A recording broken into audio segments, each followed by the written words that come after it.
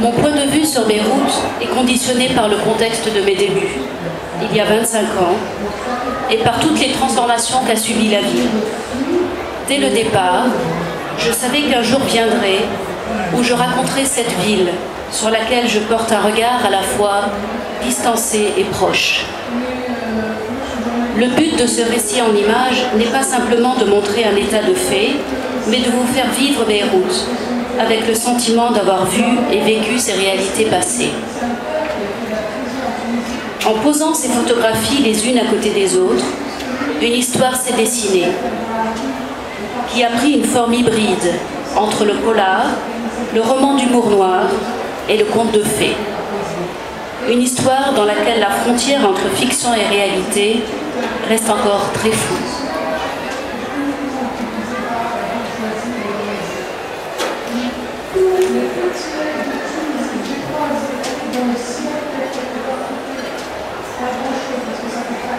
À peine Ziad a-t-il fini sa phrase qu'une explosion retentit à côté sud-est de Beyrouth. Il bondit sur la terrasse du bureau au 5e étage, situé à proximité de Sakied el-Janzir. Sa mère le suit.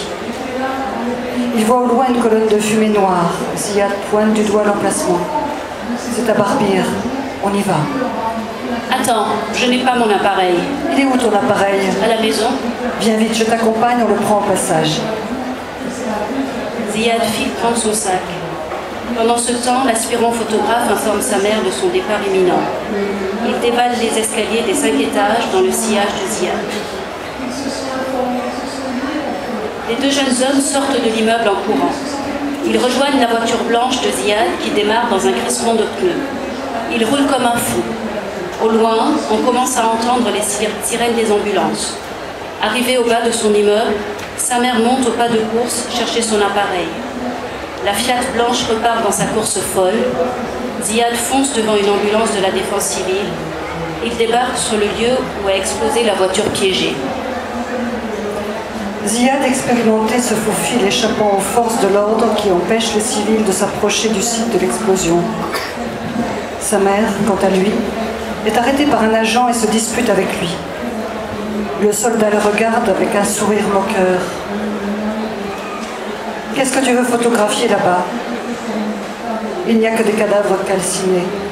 Regarde derrière toi. Le Mollah là-bas a perdu son frère dans l'attentat. Va le photographier. Le jeune photographe se retourne pour regarder la scène. Il prend son appareil et le braque sur le Mollah.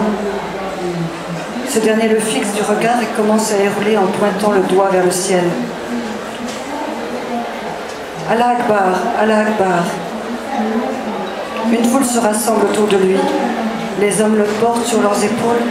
L'un d'eux lui passe une kalachnikov. Visant le ciel, il tire une rafale dans le vide.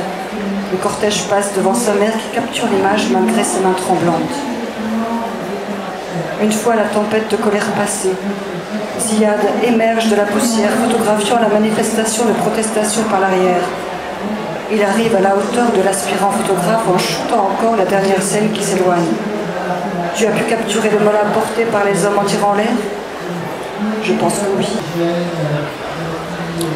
L'automne suivant, sa mère consacre tout un après-midi à convaincre Fouad El-Khouri d'être le deuxième membre fondateur de l'association de photographie qu'il veut créer pour la sauvegarde du patrimoine photographique arabe, la Fondation arabe pour l'image.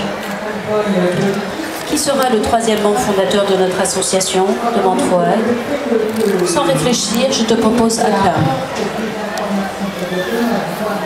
Lors de la signature des documents officiels pour la constitution de l'association, Fouad émet une réserve quant à la présence du mot arabe dans le titre. Il propose de le remplacer par oriental. Sa mère, Akram et l'avocat qui constitue le dossier d'enregistrement ne sont pas d'accord. Ils refusent de tomber dans le piège de l'assimilation du mot arabe à quelque chose de négatif.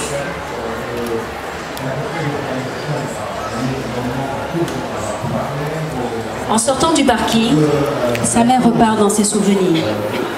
Une conviction profonde le saisit. Je dois faire un livre avec tout cela. Je dois raconter mon histoire avec cette ville pour qui je ressens souvent du désamour et qui m'a toujours inspirée.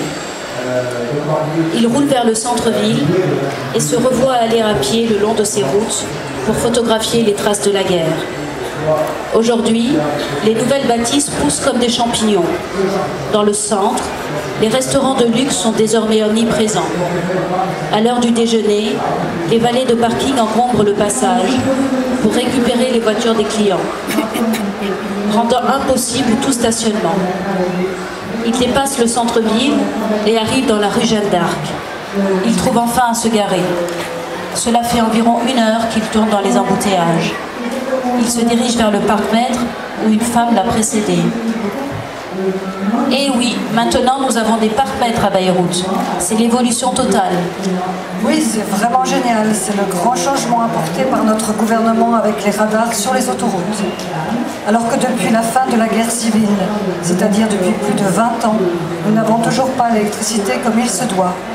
Les coupures sont quotidiennes. Dans certains quartiers, elles durent plus de 12 heures par jour, sans parler de l'eau courante qui n'arrive toujours pas régulièrement dans les maisons. Nous n'avons pas de sécurité sociale et rien ne fonctionne dans ce pays, sauf la corruption.